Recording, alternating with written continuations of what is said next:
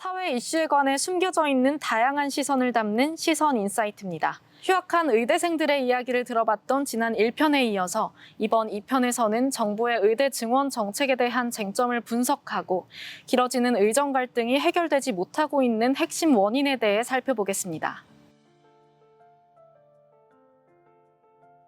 의정은 여러 가지 문제에서 이견을 보이고 있습니다. 첫 번째 쟁점은 증원 규모의 적절성입니다. 의대생들의 대표단체인 대한의과대학 의학전문대학원 학생협회를 비롯해 전공의단체, 교수단체 등 정부 정책에 반대하는 단체들은 모두 정부가 발표한 증원 방안의 과학적 근거가 부족하다고 주장하고 있습니다. 얼마나 적절한 근거를 가진 정책인지 직접 살펴봤습니다. 사실 의대 증원안을 내놓은 것은 이번 정부가 처음은 아닙니다. 대표적으로 지난 문재인 정부가 의대 정원을 매년 400명씩 10년간 늘려서 총 4,000명 증원을 시도했는데요. 코로나 상황에서 의사단체가 파업하면서 계획이 중단됐습니다. 이번 정부는 올해 2월, 당장 이번 정원부터 5년간 의과대학 정원을 기존의 3,058명보다 2,000명 많은 5,058명으로 늘려 의사 인력을 1만 명 확충하겠다고 밝혔습니다. 궁극적인 목적으로는 그간 계속해서 문제가 된 지역 의료와 응급실 필수 의료 분야의 위기를 해소하겠다는 것이었죠. 매년 2,000명이라는 숫자는 과거 정부들이 시도했던 증원 규모보다 훨씬 큰 숫자입니다. 우선 정부는 3개의 보고서를 바탕으로 2035년까지 의사 인력이 1만 명, 다양한 사항을 고려하면 15,000명까지 부족할 것이라고 내다봤습니다. 저희도 해당 보고서들을 살펴봤습니다. 검증 방식엔 차이가 있지만 2035년에 1만 명 부족하다는 공통된 의견을 내고 있었습니다. 한 의사가 일할 수 있는 근무의 양, 근로량이라고 표현했습니다. 이거를 80%에서 120%, 이 정도의 그 레인지를 갖고 계산을 해서 이만큼 적게 일을 할 때에는 의사 수가 5만 명가량이 부족하다. 근데 의사들이 많이 일을 할 때에는 오히려 2만 명가량 과잉인데? 라고 하는 통계 모델의 결론을 얻었습니다. 여기서 얻을 수 있는 결론은 통계 모델이 잘못됐다는 주장을 하려고 하는 것이 아니라 이 통계 모델을 그러면 어떻게 해석할 것인가에 대해서 훨씬 더 많은 주의를 기울였어야 한다는 것이죠. 성균관대 의과대학 비상시국 대응위원회가 발간한 자료입니다. 새 논문 중 하나인 보건사회연구원의 보고서가 심각한 오류를 가진 예측 방법을 사용하고 있다고 비판합니다. 10년 뒤에 얼마나 많은 의사가 필요한지 예측하면서 위와 같은 방법을 활용했는데요. 과거의 증가 추세를 고려하여 지금부터 10년간 전체 의사의 업무량은 매년 증가할 것이라고 가정했지만 의사 1명이 수행할 수 있는 업무량은 고정된다고 봤습니다. 그러나 1명이 수행할 수 있는 업무량 역시 평균적으로 증가하는 추세를 보여온 만큼 분자만 증가한다고 가정하고 2035년에 필요한 의사 수를 예측한 것은 잘못이라는 게 성균관의대 비상시국 대응위원회의 설명입니다. 다만 저자는 KBS와의 인터뷰에서 1년 중 의사의 근로일수를 265일로 측정했는데 주말 104일과 기타 휴일들을 고려하면 진료하는 날이 더 적어질 수 있다면서 진료일수를 더 작게 측정하면 1만 명보다 훨씬 많은 수의 의사가 필요하다고 밝힌 바 있습니다. 다만 매년 2,000명씩 늘려야 한다고 주장한 보고서는 없었습니다. 2,000명을 늘리기로 결정한 이유는 무엇일까요? 의대 교수와 전공의, 의대생 등은 정부의 의대 증원을 취소해달라며 법원에 집행정지를 신청했습니다. 소송 과정에서 법원은 정부로부터 증원 정책의 근거가 되는 회의록과 자료를 제출받았는데요. 결과적으로 2,000명을 증원하는 근거가 부족하다고 봤습니다. 다만 증원으로 인해 의대생인 신청인들이 받는 교육의 질이 저하되는 것보다 증원을 통해 얻을 수 있는 국민 보건이란 공익이 더 크다고 보고 집행을 정지시키지는 않았습니다. 이처럼 제대로 된 근거가 제시되지 않자 국회 보건복지위원회도 나서서 문제를 제기했는데요. 보건복지부와 국회의 치열한 공방이 오가는 와중 보건복지부 조규홍 장관은 증원 규모는 본인의 결정이었다고 밝혔습니다. 국민들이 궁금해하는 것은 누가 언제 왜 2,000명이라는 것을 이렇게 결정을 했는가에 대해서 계속 궁금해하고 있는 겁니다. 필수 의료를 붕괴되지 않게 하고 정말로 지역 의료 격차를 해소하기 위해서 잘하는 일이라고 생각하는 거 아니에요? 네. 그러면 잘한 결정을 한 것을 의사결정을 할 수 있도록 한 사람들이 누군지 밝히는 게 왜 문제가 됩니까? 결론적으로 10,000명 부족에 대한 근거를 확인할 수 있었지만 2,000명 증언은 연구보고서가 아닌 정부의 정무적 판단이었습니다. 결국 정확한 근거를 제시하라는 의사협회와의 갈등은 심화됐습니다. 두 번째 쟁점은 의료교육의 질 저하입니다. 기존보다 60%나 늘어난 학생들을 가르칠 수 있는 여건이 각 의과대학에 얼마나 마련돼 있는지에 대해 입장이 갈리고 있습니다. 이는 연세대학교를 비롯해 의과대학 학생들이 정부 정책을 비판하면서 가장 먼저 내세우는 근거인데요. 늘어난 학생들을 제대로 교육할 역량이 부족한 학교에서 의사를 배출하면 안 된다는 겁니다. 반면 정부는 대학별 교육 역량을 이미 조사했고 의대 6년의 과정에는 예과 2년이 포함돼 있어서 우려는 필요 없다는 입장입니다. 저희가 직접 연세대학교 의과대학에 방문해봤습니다. 일단 강의실 정원부터 기존 인원에 맞춰져 있었습니다. 만약 모든 대학이 기존 인원의 60%씩 증원하면 연세의과대학 역시 다른 강의실이 필요한 겁니다. 강의실 자체가 저희 연세대학교 의과대학이 정원 규모인 124명 정도로 맞춰져 있습니다. 물론 연세의대는 증원이 이루어지지 않았죠. 근데 일단 공간상의 한계는 그러하다라고 말씀드릴 수 있고, 이거는 뭐 비단 강의실뿐만이 아니라 이제 해부 실습실도 마찬가지이고요. 하대바 수급비 문제에 대해서는 이미 충분히 많은 언론에서 다룬 것 같기도 하고, 한편 정부는 의과대학들의 교육 여건이 저하되지 않도록 대학별 교육 역량을 충분히 조사했으며 지원 방안을 마련하고 있다고 발표했습니다. 2025년 3월에 입학하는 학생들이 본과 과정을 시작하는 2027년까지 준비 기간이 남아있다는 겁니다. 이 기간 동안 강의실과 실습 장비를 확충하고 교수를 증원하면 교육의 질은 저하되지 않으면서 의사를 많이 양성하는 것이 가능하다고 봤습니다. 실제로 올해 초 전국 의과대학들은 수용 가능한 규모를 조사하고 정부에 증원을 신청했는데 그 숫자를 합하면 2,000명보다 훨씬 많은 3,041명이었습니다. 특히 비수도권 대학들이 강한 증원 의지를 보인 바 있습니다. 그러나 지방의대생 13,000명이 증원을 결정한 대학 총장을 상대로 소송을 제기하는 등 학교의 결정권자와 교육 현장의 의대생 및 교수들의 입장은 차이가 있습니다. 이대로 아무런 협의 없이 갈등이 길어지면 전공의 사직과 전문의 휴진으로 인해 환자들이 겪게 되는 피해는 계속될 겁니다. 정말 협상은 어려운 걸까요?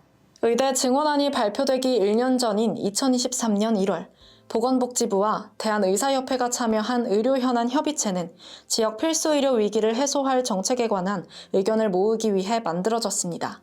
협의체는 2025년 입시에서 의대 정원을 확대하는 방안에 합의한 적도 있습니다. 한편 정부는 하나지만 증원 정책에 반대하는 집단의 수는 꽤 많습니다. 의대 학생들의 집단부터 시작해서 교수협의회, 전공의 단체까지 각각이 다른 입장을 갖고 있습니다. 특히 이 단체들 간의 의견이 하나로 모이는 것도 아닙니다. 네, 당연히 같은 부분이 있을 거라고 생각합니다. 휴학 승인에 대해서는 두 집단 다 원하는 거는 사실이었고, 올바른 방향으로 마무리 되기를 바라는 것도 당연히 마찬가지일 것이고요. 우호적이기만 하냐라고 하면 그거는 또 아닐 것 같습니다. 세브란스 병원이 이제 무기한 휴진을 하겠다고 선언을 했던 적이 있습니다. 그런데 아시겠지만 지금 휴진을 하고 있지는 않죠. 그래서 이 문제 해결에 있어서 유의미한 기여를 하지 못하고 있다라고 하는 시각도 있습니다. 그래서 그러한 시각이 존재한다라는 원론적인 말씀을 드린 것이고, 의정협의체에도 일부 단체는 참여 의지를 밝혔으나 나머지 10여 개의 의사단체는 참여에 부정적입니다. 게다가 의대생과 전공의의 복귀는 개개인의 선택에 달려 있습니다. 대표단체들이 모든 의대생과 전공의를 대표할 수는 없는 상황인 겁니다. 결국 이 모든 상황은 증원 발표 이후 지금까지 협상 가능성을 찾지 못하고 소모적인 논쟁을 지속해온 원인이 됐습니다. 가치 판단이 있는 게 아니라 사실관계의 엽고 확실히 여론전을 하고 있는 것이 맞다고 생각을 합니다. 어떤 합리적인 정책을 합리적인 방식과 절차에 따라서 추진을 하고 그 과정에서 자연스럽게 국민이 지지를 얻게 되는 총선 전의 시점에 국민들로부터 조금이라도 표를 얻을 수 있을 만한 인기 몰이용 정책을 펼쳐보자 라고 하는 관점에서 이러한 정책을 추진하게 된 것이 아닌가라고 그 배경을 의심하지 않을 수가 없다라고 생각을 합니다. 최근 정부가 대학별로 자율적인 휴학 승인을 허가하면서 연세대학교 의과대학은 즉시 휴학을 승인한 바 있습니다. 의대생들이 당연한 것이라고 이야기하나 교수 집단이 호의적인 반응을 보인 만큼 협상의 불씨가 될 가능성도 있습니다.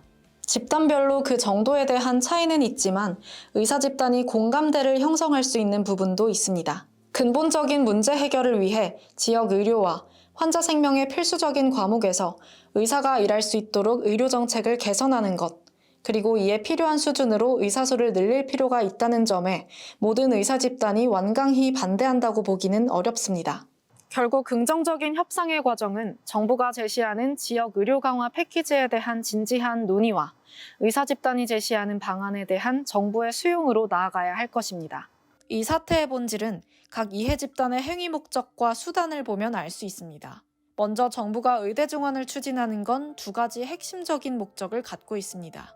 첫째, 그간 심각한 의사 인력 부족 문제를 겪어온 지방병원에 의사를 공급하려 하고 있습니다. 둘째, 환자가 의료비를 낼 때 건강보험의 지원을 받지 못하는 시력 교정술, 미용 목적의 피부과 치료 등 비급여 의료보다 응급실, 외과 등 환자 생명의 필수적인 분야에서 부족한 의사를 늘리려는 겁니다. 이러한 목적을 달성하기 위한 적절한 수단은 의사의 숫자만 늘리는 것이 아니라 필수 과목과 지역병원에 의사가 지원할 수 있는 유인책을 제공하는 일일 겁니다. 자본주의 사회에서 어떤 직업이든 사명감만을 내세워 일하게 하는 시스템은 분명 결함을 낳을 수밖에 없습니다. 정부 역시 이를 인식하고 기피되어 온 영역을 선택했을 때 적절한 보상을 받을 수 있도록 정책을 내놓았습니다. 지역 간 의료 격차 해소를 위해 맞춤형 수가를 도입하고 필수 의료 분야의 수가를 집중적으로 인상하며 다른 의료 분야에 비해 불공정하게 적은 대가를 받지 않도록 보상 체계를 개선하고 있습니다. 이번엔 의료계 집단 행동의 목적과 수단을 살펴보겠습니다. 의료계가 사용하고 있는 수단에 대해서는 비판적인 여론이 있어 왔습니다. 환자들의 생명에 필수적인 의사들이 파업하는 것, 그리고 미래의 의료 인력인 의대생들이 의학에 대한 공부를 거부하는 것이 과연 도덕적으로 정당한지에 대해 비판이 존재합니다. 또 그러한 집단 행동이 결국 자신들의 미래 이익을 보장하기 위해 의사라는 직업의 희소성을 유지하려는 것이 아니냐는 비판도 있습니다. 연세대학교 의과대학 비상시국 대응위원회는 직접 발간한 자료를 통해 의사들의 파업은 자기 이익을 지키기 위함이 아니라고 언급하고 있습니다. 그러나 정말 미래의 환자들에게 더 나은 의료 서비스를 제공하기 위해 정책의 수정을 이끌어내는 것이 의료계의 목적이라면 그를 위해 현재 환자들에게 큰 피해를 안기고 있는 치료 거부라는 수단을 사용하는 것이 맞는지는 의문입니다. 사직과 파업이 아니라 정책이 제대로 시행될 수 있는 협의체에 참여하여 책임 있는 이해 당사자로서 적절한 정책 방향성을 제안해야 합니다. 그러나 의료계는 당장 내년 증원을 전면 백지화할 것을 협상 참여의 조건으로 내걸면서 완강한 태도를 보이고 있습니다. 의사의 수가 늘어나면 각각의 의사가 얻을 수 있는 수입이 줄어들 거라는 예상은 쉽게 해볼 수 있습니다. 수요가 그대로일 때 서비스를 제공하는 공급자의 수가 늘어나면 각 공급자의 수입이 줄어들 것은 쉽게 예상할 수 있습니다. 이 원리가 의료 분야에 그대로 적용되어 정말 의사의 임금이 하락할 것인지에 대해선 이견이 있습니다. 그러나 중요한 것은 의료계가 합리적 행위자로서 의사 임금의 하락에 대한 두려움을 가지지 않을 수 없다는 점입니다. 자신과 가족을 위해 경제적 이윤을 추구하는 것을 그 자체로 비판하는 건 옳지 않습니다. 그러나 어떠한 합리적 행위도 환자의 생명보다 우선할 수는 없습니다. 만약 정부가 의료계와 합의되지 않은 성급한 정책을 추진했다면 의료계가 적절한 대가를 받을 수 있게 협상함으로써 최소한 이 사태와 무관한 환자들이 무고한 피해를 입지 않도록 나서야 할 것입니다. 모든 협상에는 두 가지가 필요합니다. 협상 자체에 참여하는 것과 상대의 양보에 대한 상응 조치입니다.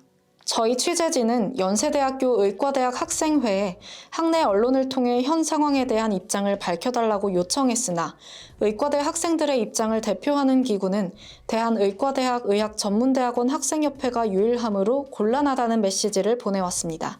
의학계의 입장을 대변하는 단체들은 집단의 힘을 빌려 의사를 표명할 수 있는 기회와 책임감을 갖고 있습니다. 정부 역시 국민 생명을 위한 정책을 추진한다는 막중한 책임감을 가집니다. 이 갈등은 양 극단의 대립 상황에서 벗어나 협상을 통해 서로의 의견을 경청하고 양보하는 방향으로 나아가야 할 것입니다. 의정 갈등의 조속한 해결을 통해 시민의 안전을 어디서나 제공하는 국가와 사회의 본질이 실현되기를 소망합니다.